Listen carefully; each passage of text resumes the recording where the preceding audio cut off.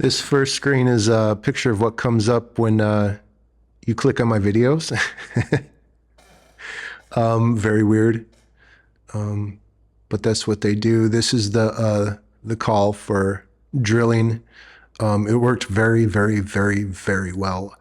The holes on the backside matched up perfectly with the bridge holes.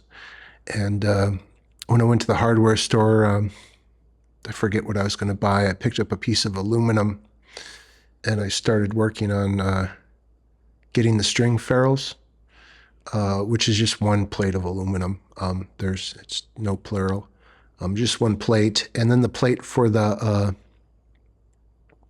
jack, which I decided to make the input jack the control cavity. I didn't make a big hole, just big enough to get the jack in, but I bent it to the rear, and I just didn't want to dig into the back. Like, there's not going to be a volume knob or anything on this.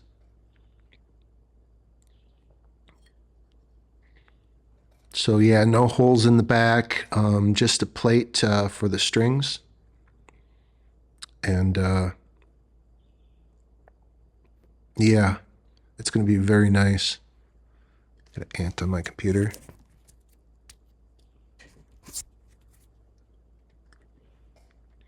So yeah, I usually tape these so they don't get all scratched up. Not that it's not going to get scratched up, by using it, but basically I could have worked like another week on this thing. And really, like, if this was a customer order, I would have worked another month on this. But I mean, it's just an enormous amount of work. But for myself, I don't want to do it. I would rather just play it. It's going to get dinged up. It's going to get probably dropped and everything else. I would still do it the same as I did it here. I would, put the finish on and then go looking for the trouble spots and, just start working my way there. And really, for a customer, I don't know if I would do straight oil, or I would probably do just almost like something with oil that they do with varnish. There would be different colors in there and stuff. I don't know if I would use one of these tops for customers because the top is very dirty. I do have clean tops and I have tops other than maple, but this top is very wild. I mean, and you'll see how it comes out. I mean, it kind of looks really cool. It looks like this green patch that moves through the wood, but when you put a finish on, it turns brown. And there's not much you can do about that. There are different finishes that you could use that retain the color of the wood, but absolutely nothing that doesn't change or put its own inflection on the piece. A lot of people get away with this by dyeing the maple. That's why dyes are so popular. And I could have done a faux dye, but I don't know. I mean, I like it. I absolutely love it. And I'll use all these dirty tops for myself. And like I said, I do have this size in a very clean top. And there are other tops I could just up and buy, but I mean, for a customer, there would be some sort of color in there, but then I mean, you use the maple because it's white, and it's not like other woods. You can use it with any other wood and it will stand out and it will look good. And I just didn't want to go through the process of coloring it. I mean,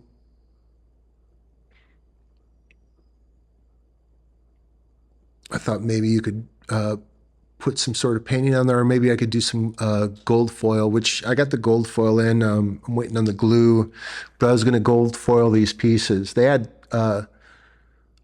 like Viking gold brass pieces that I could have bought, but they weren't as thick as this, and aluminum is very good for shielding.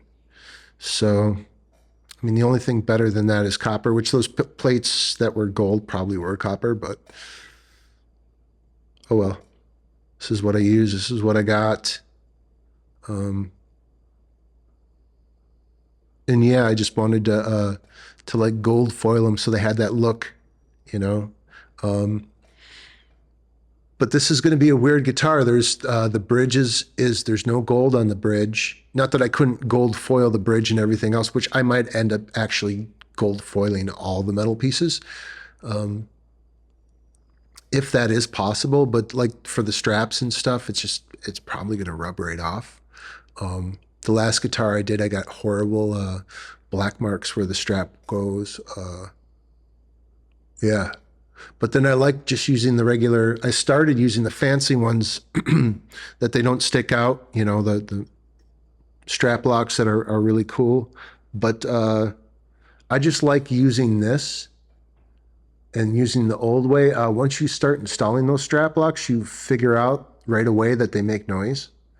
And if you're ever going to record with sensitive microphones, for one, you're not going to be wearing like an outfit that jingles. You know, you're not going to be wearing like, I don't know, like a military sergeant with all, you know, a bunch of medals and stuff and clingy stuff, a big chain wallet. I mean, you learn right away that everything that makes noise gets into the condenser, and the regular strap toggles, I think they've stuck around because they're quiet. They work and they're quiet. So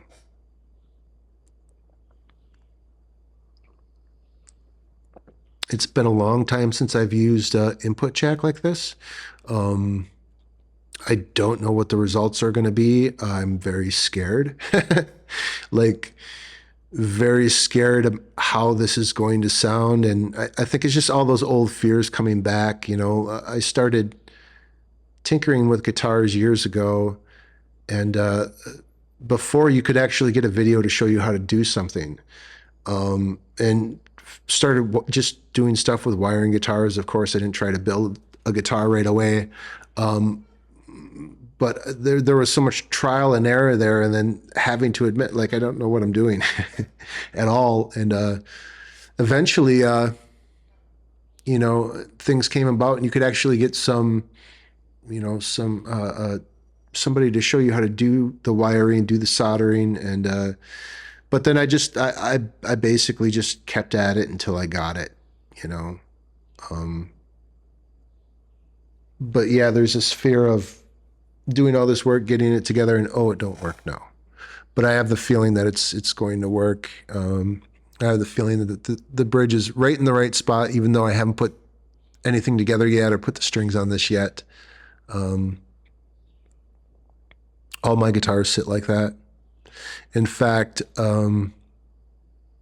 this thing balances on, if you stand it straight up on the table, it balances. It balances every single way, shape, and form that an instrument can balance.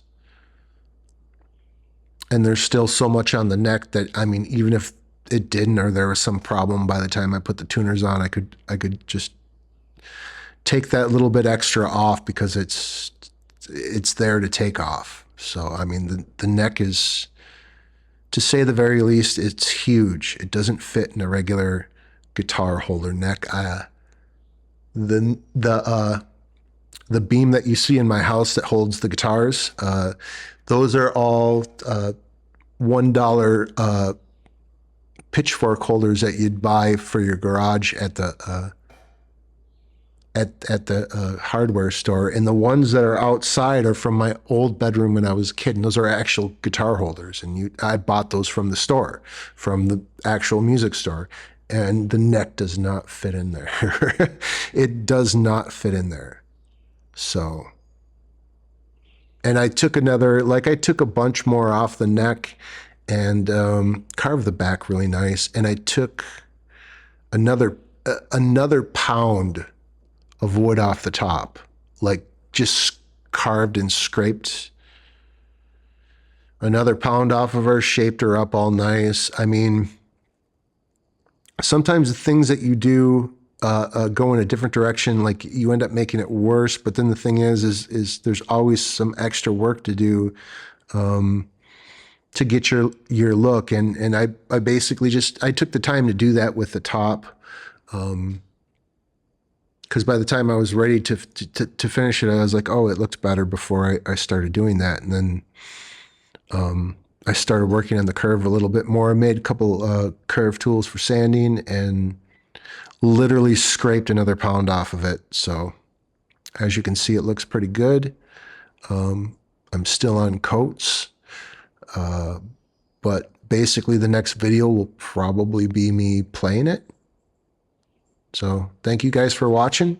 Love y'all, and do what you're gonna do.